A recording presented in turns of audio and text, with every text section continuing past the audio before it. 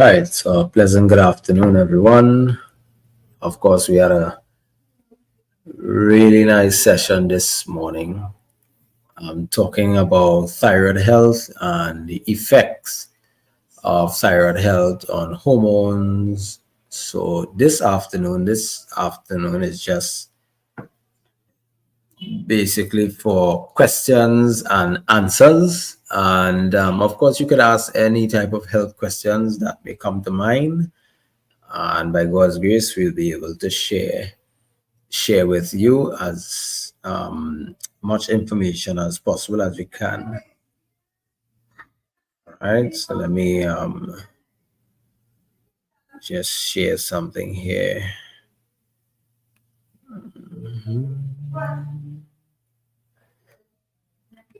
Yes, so for those that missed out this morning, this is your opportunity to ask questions and also get answers to those questions as well. So we touched on the health of the thyroid, started a series basically with persons who were having issues with hormonal issues. So we talked about things like polycystic ovaries, we talked about thyroid issues, we talked about the adrenal glands itself. Those are basically some of the complications we actually were dealing with. And I know there's a lot of persons who would like to ask particular questions. So feel free to do that in the meantime. And while I wait for those questions, we will listen to some nice soothing music again.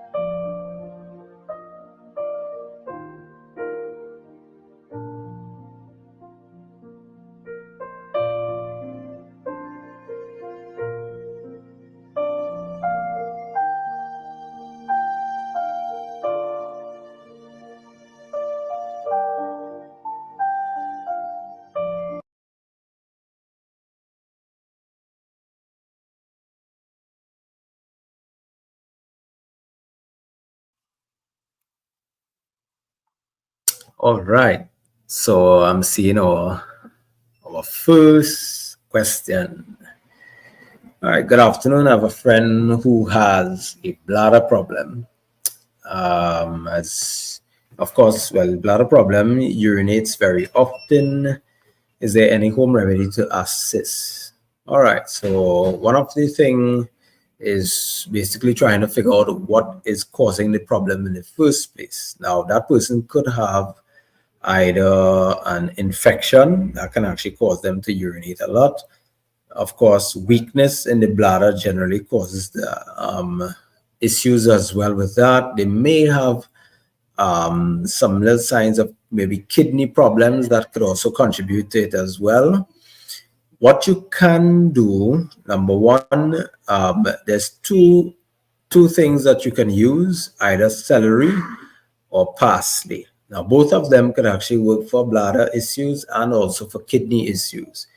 You could either juice the celery and you can blend the parsley with that, or you can basically cut that up, put it in salads, and start eating it. But when you use it as a juice, it tends to work faster. So you put maybe a handful of parsley and about two stalks of celery. You put it in your blender with about a 2 cup of water, and you blend that.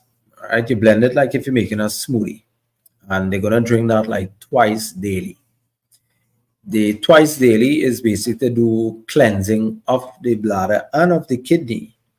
And as you cleanse, okay, if it is that there's like maybe there's an infection, or there could be another problem that's happening if there's like a buildup of bacteria, if there's certain types of parasite itself, it will actually help that person.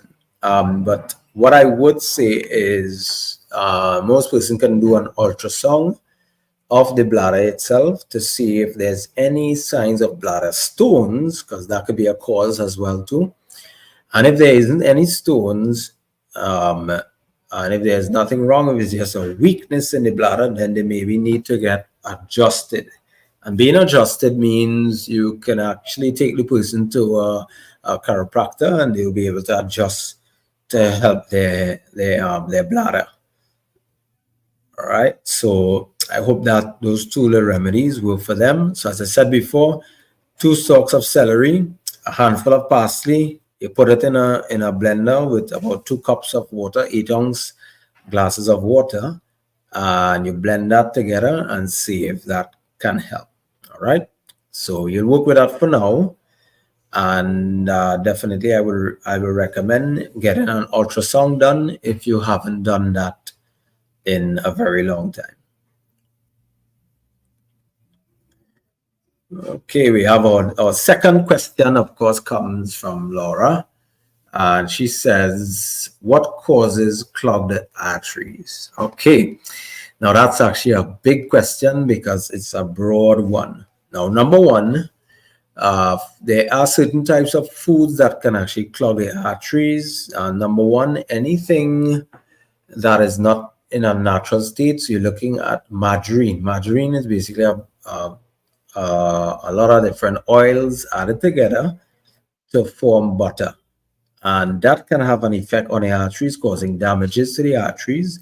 And then you're also looking at, of course, cholesterol also has a part to play. Now, cholesterol don't really tell the whole story, because there could be persons who may have high cholesterol and they haven't had any clogging of the arteries. So as I said before, it doesn't tell the whole story. If that person is diabetic, they can also get clogging of the arteries as well. As high sugar within the diet can contribute to clogging of the arteries. So you want to pay close attention to those details. Also, if it is that you're a person not really exercising, you're not moving around properly, that can also contribute to clogging of the arteries as well. Protein also has a part to play. Let me see if I can. All right, let me check something here for persons, so they'll get a little idea.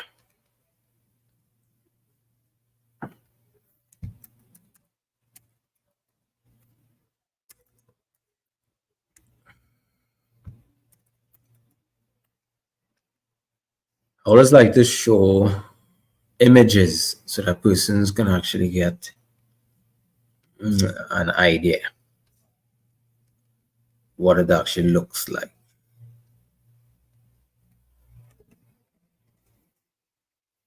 Copy.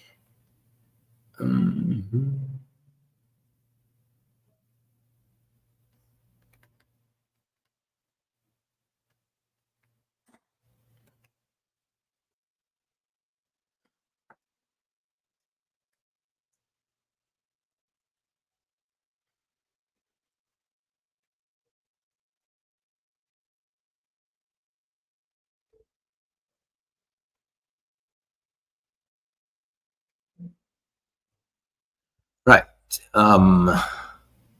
Just permit me to share something with you here. Just 1 second. Right. Let me right. So I'm just going to share so that person will be able to see for themselves what I'm actually looking at when it comes to clogged arteries. Okay, let me see. Good. Nice.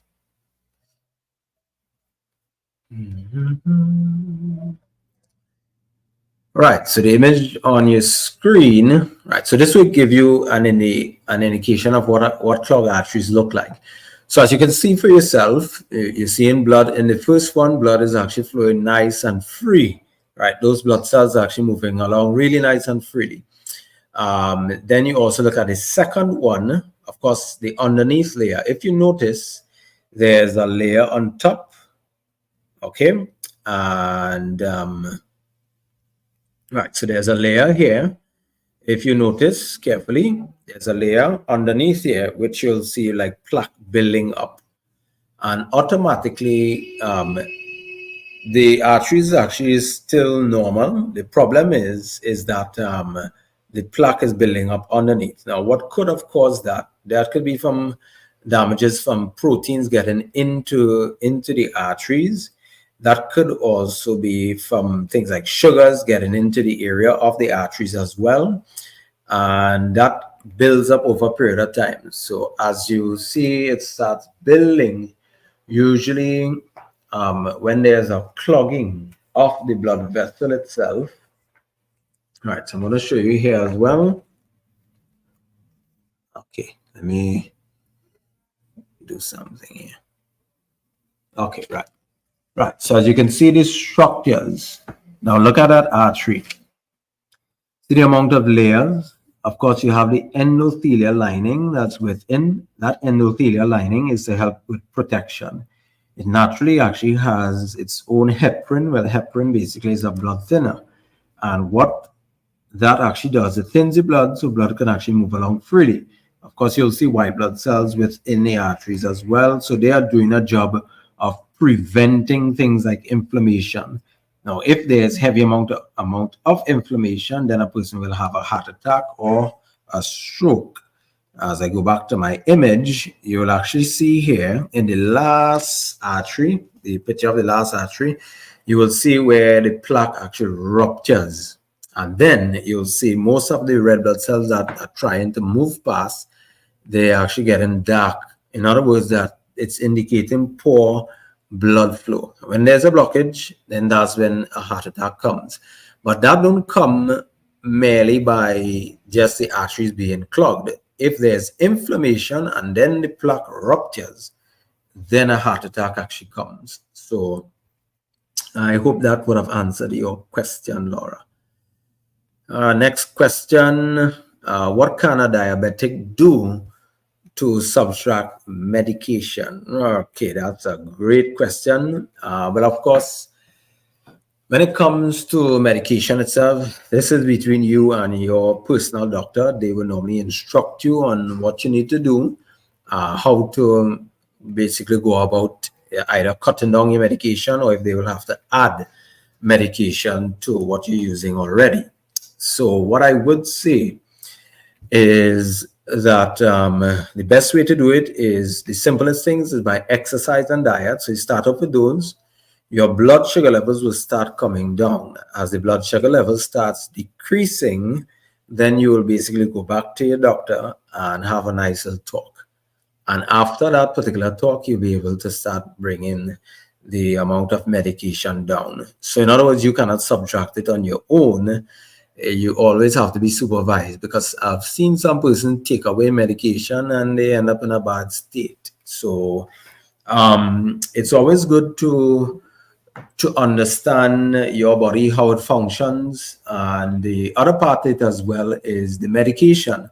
Remember, your body is depending upon these medications, and if your body gets accustomed to something, after a while, usually most persons will have to taper it off little by little, little by little. Now, if the doctor is not taking you off the medication, then that calls for concern, because if your body is starting to regulate now and your blood sugar levels are getting really nicely, where it reaches under 120 and then it goes to 110 and under 110, then you may need to find a new doctor. If it is that that is happening and he's not bringing down the medication when you are doing pretty good. So they need to basically monitor carefully how much medication you're using, the dosage of the medication as well. All right, we have another question here. That question says, I have a friend who have an ovarian cyst. What can she use to get rid of it? Great question again. Right, so cysts, as we said before, it's a problem of hormonal imbalance. With that hormonal imbalance, cysts, ovarian cyst is basically caused when there's high levels of testosterone. Testosterone, of course, is the male hormone. Women tend to need a small amount of it, of course, to help with overall health. Other than that, when there's high levels of testosterone, cysts form. So how to deal with it? Number one, you need to balance the hormones. So of course, you need to basically increase not estrogen. You need to increase basically progesterone. And when you increase progesterone, then there's a balance. How do you do that? We have two things that we use at the clinic. We have what you call a female formula, right, which actually blocks off heavy amount of estrogen and testosterone for a female. And then we also use what we call total EFA. And total EFA has the ability to stop things like heavy bleeding, if anybody has, if a female has. It also has the ability to basically help with like arteries, blood flow, heart issues, and much more. What I would also say too is to try maybe using like a castor oil pack, right? The use of castor oil, you can actually rub it on the abdomen area. And that by itself, as it goes deep into the tissues, it works on breaking apart things like cysts. If there's a cyst in the breast area, if it's on the liver area, or anywhere in the body, castor oil actually works pretty good. What you could do, simple thing to do, is you can always look up online how to do a castor oil pack and put it together and start using it. Now, of course, this is something that will take time. So as it takes time, you will be able to watch and monitor. And then after a while, you can do an ultrasound to check on that cyst again. All right, by God's grace, that will be gone completely. Okay, we have another question here. What is responsible for cramping in the lower legs on morning when waking up? Great question again. Now, most of the time when it comes to cramping, it has to do with circulation issues. So lack of blood flow, you may notice that persons who get cramping, they may have issues where either there's coldness in the leg area, they may be sleeping in an environment that is very cold, and the first thing they do, they get up and they put their foot on the cold floor. And that can also contribute to developing cramping, but most of the time, it's an area where there's poor circulation. What I would say, you can try this at home. You're going to get cling wrap. So you're going to get a piece of cling wrap and you rest it on the table itself, a nice big piece. All right, you measure the size of your foot and you measure the size of the cling wrap. And you're going to take that cling wrap, so you rest it down. Then you're going to take like paper towels, as one, maybe two sheet of paper towels, as thick as you can.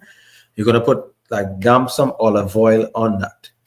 And when you put that olive oil on it, you're going to basically sprinkle your cayenne pepper. And what cayenne pepper does, it increases blood flow. It increases heat into the area. You could get a sock on, you put on a sock, and you could keep it on at night.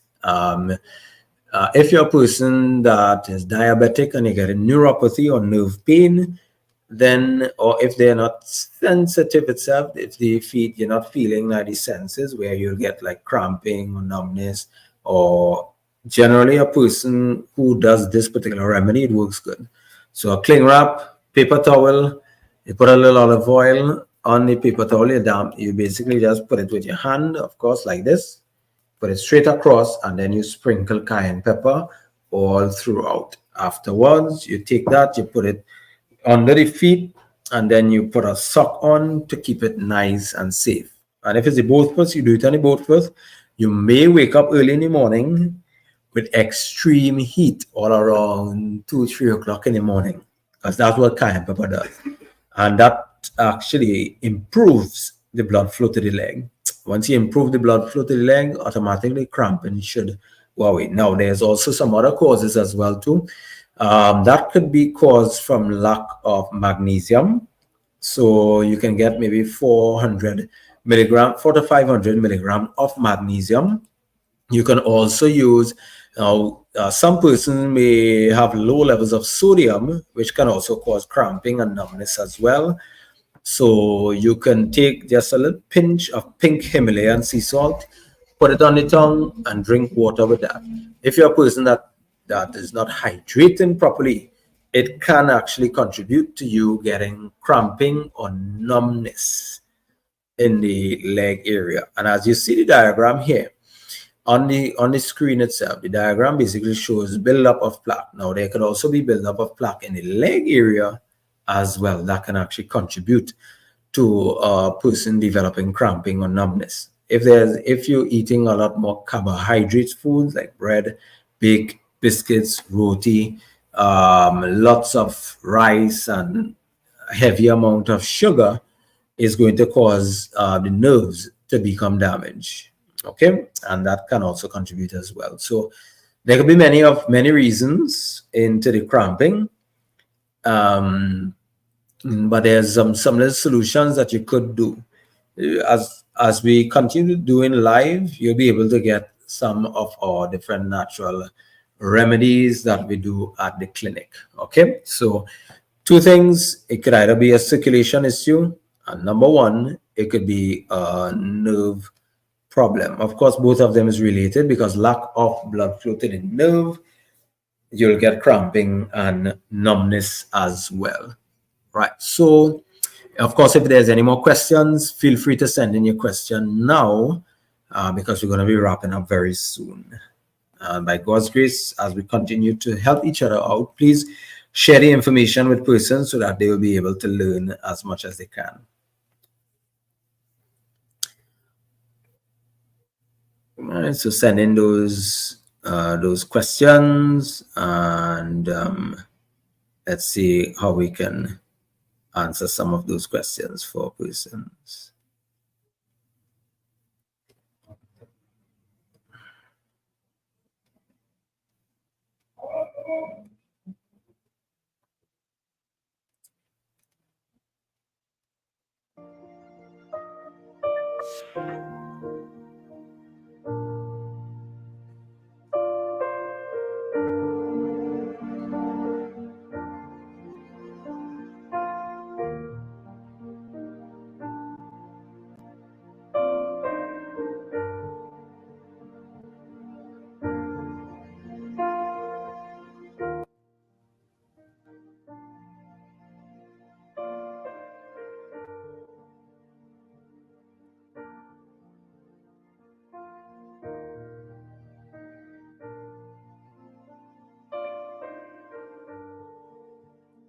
All right. So, of course, I have another question here. And that question is, now you let me know if you hear me clearly.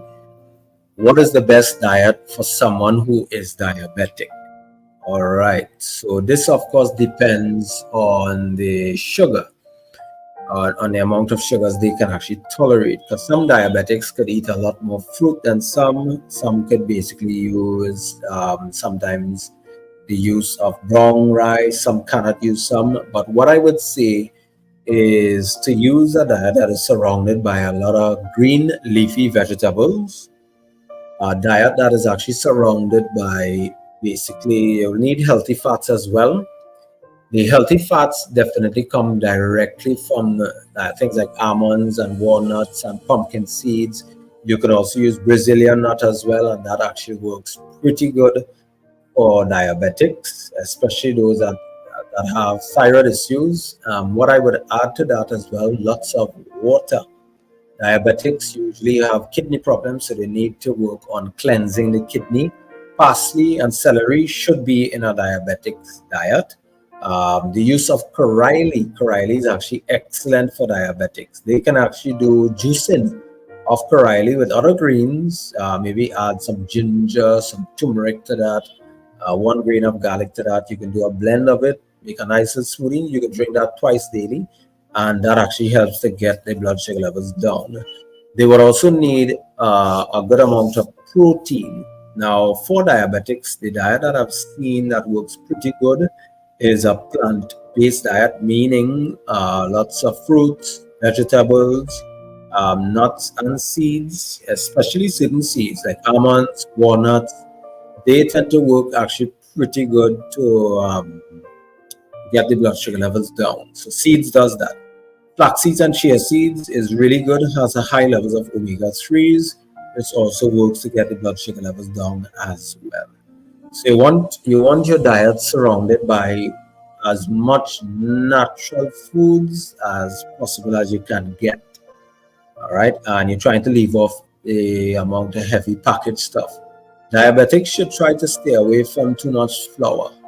So usually, if they use a lot of flour, they tend to go down the road of having very high blood sugar. And I've seen certain diabetics who will eat normal fruits and their sugar level is pretty good, and then they use flour and they actually do worse stuff than before. So it all depends on what your sugar looks like, and then we monitor carefully step by step. Now, of course, we do help diabetics at the clinic, so persons could basically contact us if it is that you're having trouble in bringing that sugar down. I'll just put any numbers up so that persons can contact us. They can also find us on Instagram at Eden Heights. Even coming down to our location, of course, Trinity or Chaguanas. So there's the two locations up there. Okay, so questions and answers. Feel free to send. I'll take at least around 3 more questions, and then we'll close off the session for today. But on Monday coming, we're gonna actually be touching on hormonal imbalance. So that will be part 3 on as it relates to weight loss. You don't want to miss that one. No one wants to miss that one, especially as we're going into next year, where persons will have their New Year's resolution of losing weight and getting fit, and so you don't want to miss that. We'll also share out a nice recipe that person can use at home to help with weight loss as well. So don't miss Monday's program at around 10 a.m. Right? By God's grace, if you have any delays, most of the time the delays will put it for off till 11 o'clock. So you look out for that. You can actually go to our YouTube page, subscribe to the YouTube page, and you will be able to get a notification as soon as we're live, and also to the Facebook page as well. You'll get a notification as soon as we're live on this program. All right, so questions Questions. Any questions that you have now, please send it now. I'm taking just 3 more questions, and then that's it for the evening. We're going to close off for the latest 3:45.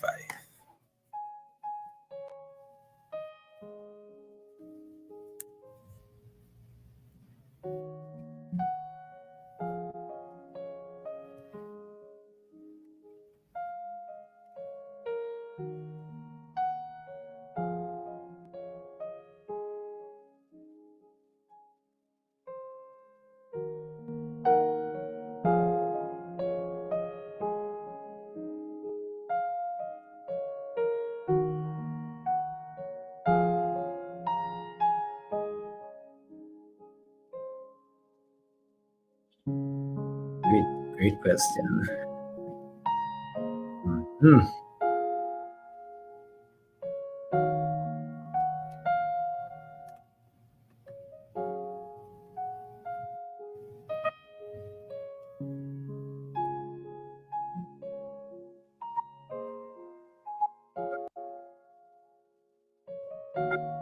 Okay, great. Another great question here. Right. So the number one, you look at what causes fat on the liver in the first place. Number one, alcohol. So there's what you call alcoholic fatty liver. All right. And there's also non-alcoholic fatty liver. Right. So alcohol definitely causes fat because of the amount of sugar that builds up. And then you're also looking at a person may be using actually too much of refined carbohydrates. And then also too as well, if you're using unhealthy fats, things like corn oil and soybean oils, canola oils, and if it's consistently all the time, it's gonna actually cause you to build up fat around the liver area. What we tend to use for that is a product called Nutrisec. Nutrisec actually is proven to get rid of fatty liver. It's something that we carry at the clinic itself. But in the meantime, citric acid actually works pretty good for fatty liver. But one of the best is lemon. You could do lemon juice and ginger. So you could do a mixture of that. So you squeeze maybe 1 whole lemon and you blend it with about 1/4 inch of ginger. Put that in water, at least about maybe a liter of water, and you could start drinking that daily. And with the use of that daily, plus when we take persons off either alcohol or heavy amount of refined sugar, brown sugar, white sugar, we do see a change in their fatty liver. Now, if you leave fatty liver and it's not taken care of, you'll develop what you call cirrhosis. Cirrhosis of the liver. I know for some person gonna feel like fry bake. Looks like that's what actually cirrhosis of the liver looks like after a while. Now, once that stays like that, you develop what you call ascites or fluid buildup in either to the heart area or also to the lung area or in the stomach area, and that's where things get worse. So you want to take care of the fatty liver as soon as possible as you can. Now, as we're going through Monday will also be a part of that as well. As fat surrounding the organs is very important to look at. Not only the fat on the body itself, but fat that surround the organs. They are actually even more dangerous to persons than the fat that's building up. So we'll be looking into that on Monday. So you don't want to miss that. You don't want to miss that live. All right, so I'll take 2 more questions, and we have like 5 minutes to do that. 2 more questions. I'm seeing 1 question here. Why do diabetics get a lot of yeast infections, and what can you do? Home remedies. Okay, great. Well, yeast infection, of course, can be either yeast. Now, that one, what I would tell you is that yeast love sugar. Because yeast loves sugar, and diabetic has a sugar problem. If the sugars are not being managed properly, automatically the increase of sugar. Remember too as well, the sugars are basically building up in the system. And as the sugars tend to build up, it can have an effect on increasing the amount of yeast in the body. Now, yeast is something that is actually natural. It's found in the colon. So in the health of the colon, you actually do have natural yeast. The sugar.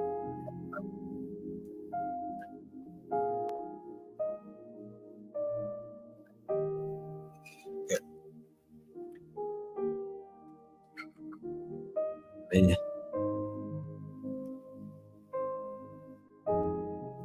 Right. So of course, this is the colon. Yeast is actually naturally found in the colon.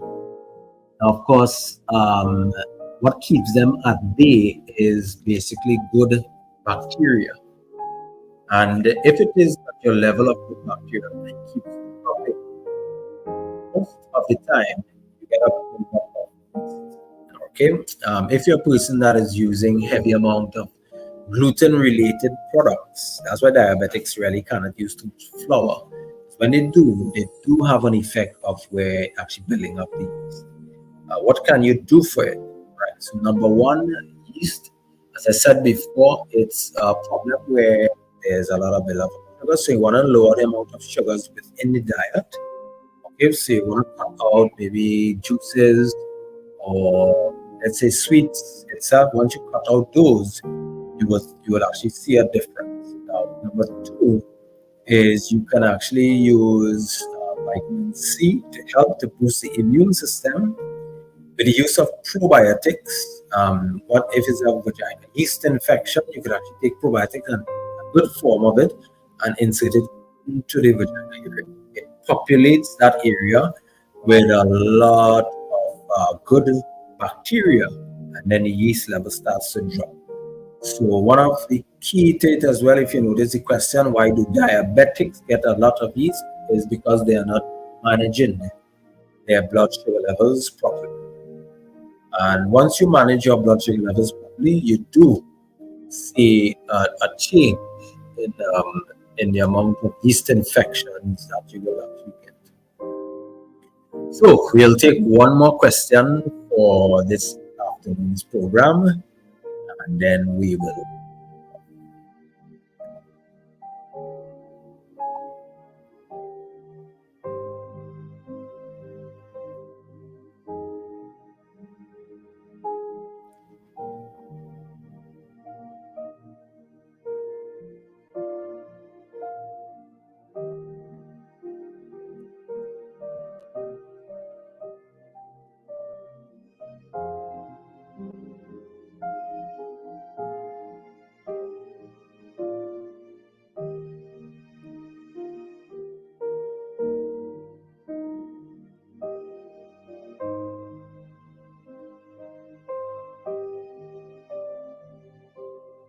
All right. So definitely we had a good run for the day. We had two programs today. Don't miss Monday's program. Will be on at 10 o'clock a.m. Right, to 10 a.m. we'll be back on, and we're going to be touching weight loss, hormonal imbalance as it relates to weight loss. You don't want to miss that one. You want to stay tuned for that program. So what I would say to persons, I would say thank you for all of the questions this afternoon. And of course, if you have any more questions, feel free to join us on Monday coming, as we'll be sharing live again on how to lose weight. All right. So God bless everyone and have a good afternoon.